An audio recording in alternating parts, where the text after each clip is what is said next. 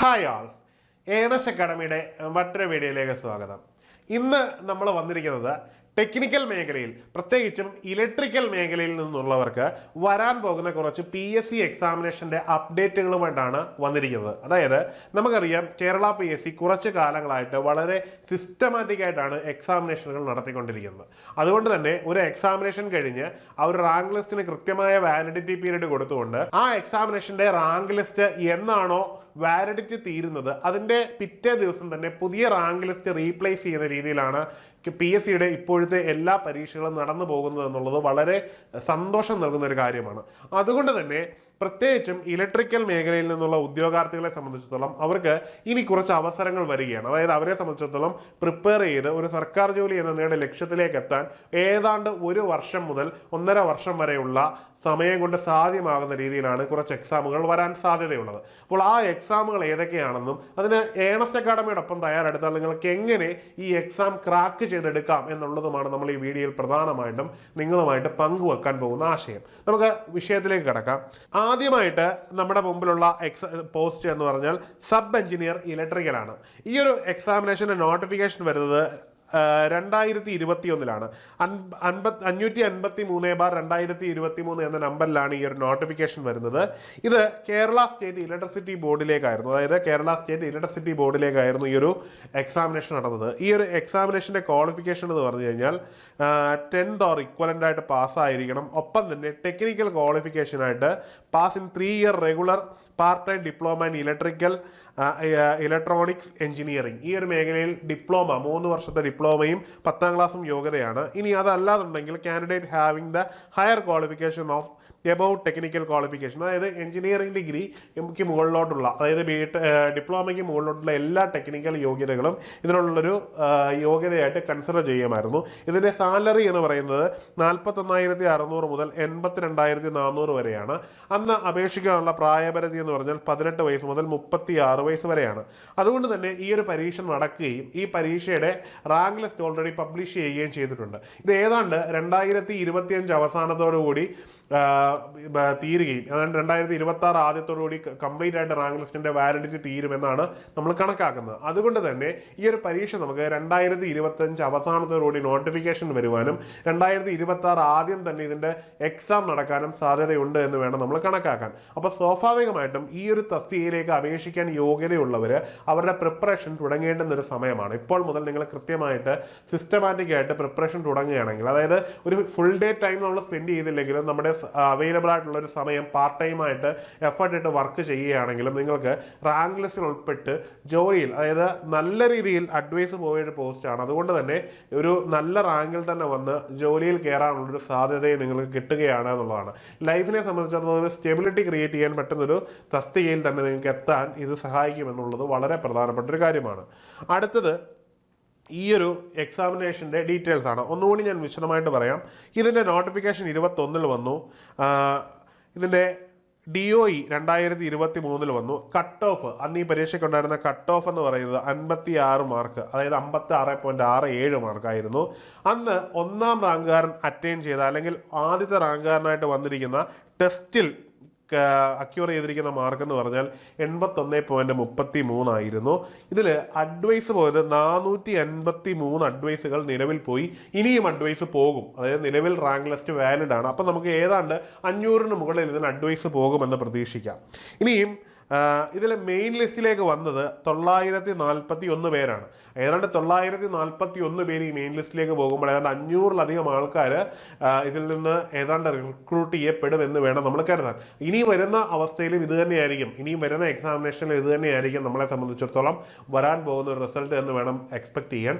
നമുക്ക് കൃത്യമായിട്ട് പ്രിപ്പയർ ചെയ്ത് കഴിഞ്ഞാൽ അത്യാവശ്യം നല്ല റാങ്ക് ലിസ്റ്റിൽ വരുന്ന ഒരു ഉദ്യോഗാർത്ഥിക്ക് തീർച്ചയായിട്ടും ജോലി കിട്ടാനുള്ള സാധ്യത വളരെ കൂടുതലാണ് എന്നുള്ളതാണ് നമ്മൾ ഇതിൽ നിന്ന് മനസ്സിലാക്കേണ്ടത്. അതിനുവേണ്ടി ഇപ്പോൾ തന്നെ നോട്ടിഫിക്കേഷന് വേണ്ടി കാത്തിരിക്കാതെ, നോട്ടിഫിക്കേഷൻ വന്നൊരു 4-ാമത്തെയോ 5-ാമത്തെയോ മാസം എക്സാം നടക്കുമെന്നൊരു രീതി നമ്മുടെ മുമ്പിൽ ഇപ്പം നിൽക്കുന്നതുകൊണ്ട് തന്നെ നമ്മൾ ഇപ്പോൾ തന്നെ ഇതിനുള്ള തയ്യാറെടുപ്പുകൾ തുടങ്ങിക്കഴിഞ്ഞാൽ ഓൾറെഡി അറിയാം നമുക്ക് സിസ്റ്റമാറ്റിക്കായിട്ട് നടക്കുന്ന എക്സാം ആയതുകൊണ്ട് തന്നെ ഇത് ക്രാക്ക് ചെയ്യാനും നല്ലൊരു റാങ്ക് നിങ്ങൾക്ക് നേടിയെടുക്കാനും പറ്റുമെന്നുള്ളത് ഉറപ്പിച്ച് പറയാൻ പറ്റുന്നൊരു കാര്യമാണ്. അടുത്ത തസ്തിക എന്ന് പറയുന്നത് ഓവർസിയർ ഡ്രാഫ്റ്റ്സ്മാൻ ഗ്രേഡ് 1 ഇലക്ട്രിക്കലാണ്. ഇത് PWDയിലേക്കാണ്, പബ്ലിക് വർക്ക് ഡിപ്പാർട്ട്മെന്റിൽ തന്നെ ഇറിഗേഷൻ വിങ്ങിലേക്കും രണ്ടിലേക്കും, അതായത് PWD വർക്കിലേക്കും ഇറിഗേഷനിലേക്കുമാണ് ഈ ഒരു പോസ്റ്റിലേക്ക് നോട്ടിഫിക്കേഷൻ 2020 വന്നതായിട്ട് നമ്മൾ കാണുന്നത്. അപ്പം ഇതിൻ്റെ മിനിമം ക്വാളിഫിക്കേഷൻ എന്ന് പറഞ്ഞാൽ നമ്മൾ നേരത്തെ പറഞ്ഞത് പോലെ തന്നെ SSLC ആൻഡ് ഡിപ്ലോമയാണ്, ഇലക്ട്രിക്കൽ എഞ്ചിനീയറിംഗ് ആണ്.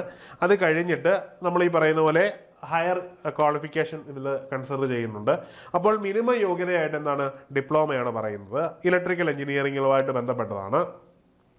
ഇനിയും നമ്മൾ മനസ്സിലാക്കേണ്ടത് പറഞ്ഞാൽ ഇതിൻ്റെ സ്കെയിൽ ഓഫ് പേ ആണ് 26,500 മുതൽ 56,700 വരെയാണ് ഇവിടുത്തെ സ്കെയിൽ ഓഫ് പേ വരുന്നത്. ഏജ് ലിമിറ്റ് 19 വയസ്സ് മുതൽ 37 വയസ്സ് വരെയാണ് പ്രായപരിധി ഉള്ളത്. ഇവിടെ നമ്മൾ മനസ്സിലാക്കേണ്ടത് ഇതിൽ എങ്ങനെയായിരുന്നു എക്സാമിനേഷൻ്റെ ലെവല് എന്നുള്ളതാണ്. ഇതിൻ്റെ DOE നടന്നത് 11/7/2023 ഇനിയും ഇതിൻ്റെ കട്ട് ഓഫ് മാർക്കായിട്ട് വന്ന 72 മാർക്കായിരുന്നു. ഇതിൽ അഡ്വൈസ് പോയത് 46 ടോട്ടൽ കാൻഡിഡേറ്റ്സ് മെയിൻ ലിസ്റ്റിൽ വന്നത് 103 പേരാണ്. അപ്പോൾ നമുക്ക് അടുത്തൊരു തസ്തിക കൂടി മനസ്സിലായി. നേരത്തെ സബ് എഞ്ചിനീയർ AE പറ്റി പറഞ്ഞതുപോലെയല്ല, ഇവിടെ കുറച്ച് സാലറി കുറവാണ്, പക്ഷേ ഗവൺമെൻറ് എംപ്ലോയ്മെൻ്റ് ആണ്, എല്ലാ കാലത്തും സ്റ്റെബിലിറ്റി ഉള്ള ഒരു എംപ്ലോയ്മെൻ്റ് ആണ്. ഇവിടെ KCBയിലെ AE അപേക്ഷിച്ച് റിക്രൂട്ട്മെൻറ്റിൻ്റെ എണ്ണം കുറവാണ്, അത് നോട്ടിഫിക്കേഷനിലും കുറവായതുകൊണ്ട് തന്നെയാണ് ഇവിടെ ഇത് ഉണ്ടായിരിക്കുന്നത്. പക്ഷേ ഇവിടെ നമ്മൾ മനസ്സിലാക്കേണ്ട ഒരു കാര്യമുണ്ട്, 103 പേരുടെ മെയിൻ ലിസ്റ്റിൽ നിന്ന് ഏതാണ്ട് 46ഓളം പേർക്ക് എന്ത് ചെയ്തു, ഈ ഒരു നിയമനം നടന്നു എന്നുള്ളത് നമ്മളിവിടെ ശ്രദ്ധിക്കേണ്ടുന്ന കാര്യമാണ്. അടുത്തത് കാറ്റഗറി നമ്പർ 476/2020 വന്ന അസിസ്റ്റന്റ് എഞ്ചിനീയർ ഇലക്ട്രിക്കലാണ്. ഇത് പബ്ലിക് വർക്കിൽ ഇറിഗേഷനിലേക്ക് തന്നെയാണ്. ഇവിടെ ക്വാളിഫിക്കേഷൻ എന്ന് പറഞ്ഞാൽ degree in electrical engineering of Kerala university or qualification recognised at the equivalent. അതായത് നിങ്ങൾ എഞ്ചിനീയറിംഗ് ബിരുദധാരികളായിട്ടുള്ള എല്ലാവർക്കും, ഇലക്ട്രിക്കൽ എഞ്ചിനീയറിംഗുമായിട്ട് ബന്ധപ്പെട്ട് ബിരുദധാരികളായിട്ടുള്ള എല്ലാവർക്കും ഈ ഒരു പോസ്റ്റിന് അപേക്ഷിക്കാൻ പറ്റും. പക്ഷേ ഇത് ഡിപ്ലോമ അല്ല ഇവിടുത്തെ യോഗ്യതയായിട്ട് പറയുന്നത്, ഇവിടെ ഡിഗ്രി ഇൻ എഞ്ചിനീയറിംഗ് എന്ന് തന്നെയാണ് പറയുന്നത്. പിന്നെ ഇക്വലൻസി ഉള്ളവർക്കും അപ്ലൈ ചെയ്യാൻ പറ്റും. ഈ ഒരു പോസ്റ്റിന് വേണ്ടി നമ്മൾ പറയുമ്പോൾ ഇവിടുത്തെ സ്കെയിൽ ഓഫ് പേ എന്ന് പറഞ്ഞാൽ 39,500 മുതൽ 83,000 വരെ സാലറി കിട്ടുന്ന 18 വയസ്സ് മുതൽ 36 വയസ്സ് വരെ അപ്ലൈ ചെയ്യാൻ പറ്റുന്ന ഒരു തസ്തികയാണ് നമ്മളെ സംബന്ധിച്ചിടത്തോളം ഈ ഒരു കാറ്റഗറി എന്ന് പറയുന്നത്. അതായത് assistant engineer electrical public work department and irrigation, ഈ ഒരു കോൺടെസ്റ്റാണ് വരുന്നത്. ഇതിൽ നമ്മൾ DOE നോക്കുമ്പോൾ 3/8/2023 വന്നിരിക്കുന്നത്. ഇതിൻ്റെ കട്ട് ഓഫ് എന്ന് പറയുന്നത് അന്ന് വന്നത് 65 മാർക്കാണ്, 65.33 മാർക്കാണ് വന്നത്. ഇനിയും ഇതിൻ്റെ ടോട്ടൽ അഡ്വൈസ്, ഇതിൽ നിന്ന് അഡ്വൈസ് പോയിരിക്കുന്ന 13 പേർക്കാണ്.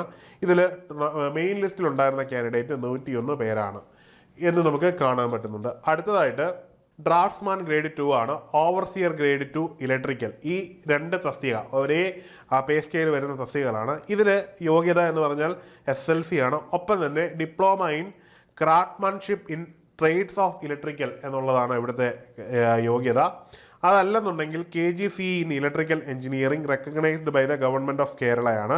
Diploma in electrical engineering 2 year course, ഇവയൊക്കെ ഇതിൻ്റെ യോഗ്യതയായിട്ട് വരുന്നു. അതായത് ഇതിന് മുകളിലോട്ടുള്ള എല്ലാ ഹയർ യോഗ്യതകളും ഇവിടെ കൺസിഡർ ചെയ്യുന്നതാണെന്ന് കൂടി നമ്മൾ ഓർത്തിരിക്കണം. ഇതിൻ്റെ സ്കെയിൽ ഓഫ് പേ എന്ന് പറഞ്ഞാൽ 31,000 മുതൽ 66,800 രൂപ വരെയാണ്. ഇതിൻ്റെ ഏജ് ലിമിറ്റ് 18 വയസ്സ് മുതൽ 36 വയസ്സ് വരെയാണ് ഇവിടുത്തെ പ്രായപരിധി എന്നുള്ളത്. ഇതിൻ്റെയും നമ്മുടെ നിലവിലെ എക്സാമിനേഷൻ ഡീറ്റെയിൽ നോക്കുമ്പോൾ DOE വന്നിരിക്കുന്നത് 24/7/2023 ഇനിയും കട്ട് ഓഫ് മാർക്ക് 84.33 ആയിരുന്നു. ഇതിൻ്റെ മാക്സിമം മാർക്ക് എന്ന് പറഞ്ഞാൽ 87.33. അതായത് വളരെ ചെറിയ ഡിഫറൻസ് മാത്രമേ കട്ട് ഓഫ് മാർക്കും ഹയർ സ്കോറുമായിട്ട് കാണുന്നുള്ളൂ. ഇവിടെ ടോട്ടൽ അഡ്വൈസ് പോയിരിക്കുന്നത് 4 എണ്ണമാണ്. എന്നിട്ട് മെയിൻ ലിസ്റ്റിലേക്ക് ഉൾപ്പെട്ടിരിക്കുന്നത് കേവലം 23 പേർ മാത്രമായിരുന്നു, വേക്കൻസി കുറവായതുകൊണ്ടാണ്. ഇത്രയും തസ്തികകളാണ് പ്രധാനമായിട്ടും ഇലക്ട്രിക്കൽ മേഖലയെ സംബന്ധിച്ചിടത്തോളം ഉദ്യോഗാർത്ഥികൾക്ക് ഉടൻ പ്രതീക്ഷിക്കാവുന്നത്. അതായത് നോട്ടിഫിക്കേഷൻ വരുന്ന 1.5 വർഷത്തിനുള്ളിൽ, 1 അല്ലെങ്കിൽ 1.5 വർഷത്തിനുള്ളിൽ വരാൻ സാധ്യതയുള്ള, അല്ലെങ്കിൽ PSC പബ്ലിഷ് ചെയ്യാനുള്ളത്. ഇപ്പോൾ ഞാൻ ഈ പറഞ്ഞിരിക്കുന്ന സാലറിയും ക്വാളിഫിക്കേഷനും ഒക്കെ അവസാനം വന്ന നോട്ടിഫിക്കേഷൻ പ്രകാരമുള്ളതാണ്. അതിൽ തന്നെ ഇനി പുതിയതായിട്ട് വരുന്ന നോട്ടിഫിക്കേഷൻ നല്ല വ്യത്യാസമുണ്ടാവും. അപ്ഡേറ്റഡ് സാലറി ആയിരിക്കും ഇതിലുണ്ടാവുക എന്നുള്ളത് ഏറ്റവും പ്രധാനമായിട്ടും നിങ്ങൾ ഓർത്തിരിക്കേണ്ട ഒരു കാര്യമാണ്. കാരണം നിലവിൽ നമുക്ക് ഇതിനെപ്പറ്റി സംസാരിക്കുമ്പോൾ അവസാനം വന്ന നോട്ടിഫിക്കേഷനെ മാത്രം ഡിപ്പെൻഡ് ചെയ്തുകൊണ്ടാണ് സംസാരിക്കാൻ പറ്റുന്നത്. അപ്പം അടുത്ത നോട്ടിഫിക്കേഷൻ വരുമ്പോൾ, പുതിയ PSCയുടെ നോട്ടിഫിക്കേഷൻ വരുമ്പോൾ ഞാൻ ഈ പറഞ്ഞിരിക്കുന്ന എല്ലാ തസ്തികകളിലും സാലറിയിൽ, ശമ്പളത്തിൽ കൃത്യമായ മാറ്റങ്ങൾ, അപ്ഗ്രഡേഷൻ, അതായത് ഉയർന്ന സാലറി ആയിരിക്കും ഉണ്ടാവുക എന്നുള്ളത് എടുത്ത് ഞാൻ ഒന്നുകൂടി പറഞ്ഞോളട്ടെ. ഇനി നിങ്ങൾ ശ്രദ്ധിക്കേണ്ട വളരെ പ്രധാനപ്പെട്ട ഒരു കാര്യമാണ് കാര്യമുണ്ട്. ഇലക്ട്രിക്കൽ യോഗ്യതയുള്ളവരെ സംബന്ധിച്ചിടത്തോളം അവർക്ക് കിട്ടാവുന്ന ഏറ്റവും നല്ലൊരു പോസ്റ്റ് ഇപ്പോൾ നിലവിൽ നോട്ടിഫിക്കേഷൻ വന്ന് എക്സാമിൻ്റെ ഡേറ്റായി വന്നിരിക്കുകയാണ്. അത് മറ്റൊന്നുമല്ല, പബ്ലിക് വർക്ക് ഡിപ്പാർട്ട്മെൻറ്റിലേക്ക് ലൈൻമാൻ എന്ന് പറയുന്ന തസ്തികയാണ്. ഇത് സെപ്റ്റംബർ നവംബർ സൈക്കിളിൽ ഈ എക്സാമിനേഷൻ ഉണ്ടാകുമെന്ന് PSC ഓൾറെഡി പറഞ്ഞു കഴിഞ്ഞിരിക്കുകയാണ്. അതുകൊണ്ട് തന്നെ നിങ്ങളെ സംബന്ധിച്ചിടത്തോളം സമയം എന്നത് വളരെ ഇമ്പോർട്ടൻ്റ് ആണ്. എത്രയും പെട്ടെന്ന് നിങ്ങളൊരു എക്സാമിനേഷന് വേണ്ടി പ്രിപ്പറേഷൻ തുടങ്ങേണ്ടതാണ്. നിങ്ങളുടെ പ്രിപ്പറേഷൻ സിസ്റ്റമാറ്റിക്കായിട്ട് തന്നെ മുമ്പോട്ട് പോകേണ്ടതാണ്. ഈ ഒരു തസ്തികയിലേക്ക് നമ്മൾ എപ്പോഴും ഉൾപ്പെടുമ്പോൾ ആദ്യത്തെ റാങ്ക് ലിസ്റ്റിൽ ഉൾപ്പെടുക എന്നുള്ളത് നമ്മുടെ പ്രധാനപ്പെട്ട ലക്ഷ്യമായിരിക്കണം. കാരണം കേവലം റാങ്ക് ലിസ്റ്റിൽ ഉൾപ്പെട്ട് വെറുതെ സമയം കളയലല്ല നമ്മുടെ ലക്ഷ്യം, നമുക്ക് ജോലിയാണ് ലക്ഷ്യം. അതുകൊണ്ട് തന്നെ ആദ്യത്തെ റാങ്കുകൾ വരുന്ന ഉദ്യോഗാർത്ഥികൾക്കായിരിക്കും പെട്ടെന്ന് ജോലി ലഭിക്കുക. അതുകൊണ്ട് തന്നെ ഏണസ്റ്റ് അക്കാഡമിയുടെ ഏറ്റവും സിസ്റ്റമാറ്റിക് ആയിട്ടുള്ള കോഴ്സ് നിങ്ങൾ ജോയിൻ ചെയ്യാൻ ശ്രമിക്കുക. നമ്മുടെ കോഴ്സുകൾ ലൈവ് പ്ലസ് റെക്കോർഡ് ക്ലാസ്സുകളാണ്. അതുകൊണ്ട് തന്നെ നിങ്ങൾക്ക് ലോകത്തിൻ്റെ ഏത് കോണിലിരുന്ന് നിങ്ങൾക്ക് ഈ കോഴ്സിൽ ജോയിൻ ചെയ്യാൻ പറ്റും. അതുകൊണ്ട് തന്നെ എത്രയും പെട്ടെന്ന് ഏണസ്റ്റ് അക്കാഡമിയുടെ കോഴ്സിൽ ജോയിൻ ചെയ്യുക. ഈ വീഡിയോയുമായി ബന്ധപ്പെട്ടോ കോഴ്സിനെ സംബന്ധിച്ച് എന്ത് സംശയമുണ്ടെങ്കിലും താഴെയുള്ള ഗൂഗിൾ ഫോം ഫില്ല് ചെയ്യാവുന്നതാണ്. അല്ലെന്നുണ്ടെങ്കിൽ ഈ കൊടുത്തിരിക്കുന്ന നമ്പറിൽ നിങ്ങൾക്ക് നേരിട്ട് കോൺടാക്ട് ചെയ്യാവുന്നതാണ്. എല്ലാവരും നിങ്ങൾ ഈ വീഡിയോയുമായി ബന്ധപ്പെട്ട അഭിപ്രായങ്ങൾ താഴെ കമൻറ്റ് ചെയ്യുമെന്ന് കരുതുന്നു. ഒപ്പം തന്നെ നിങ്ങളുടെ എന്ത് സംശയം ഉണ്ടെങ്കിലും നിങ്ങൾക്ക് എന്ത് ചെയ്യാം, നിങ്ങൾക്ക് ഗൂഗിൾ ഫോം വഴി ഫില്ല് ചെയ്തോ അല്ലെന്നുണ്ടെങ്കിൽ നേരിട്ട് വിളിച്ചോ ചോദിക്കാവുന്നതാണ്. എല്ലാവർക്കും വിജയാശംസകൾ. നന്നായിട്ട് പ്രിപ്പയർ ചെയ്യുക. നല്ലൊരു ജോലി നിങ്ങൾക്ക് കരഗതമാകട്ടെ എന്ന് ആശംസിക്കുന്നു. മറ്റൊരു വീഡിയോയുമായി കാണാം. Good bye.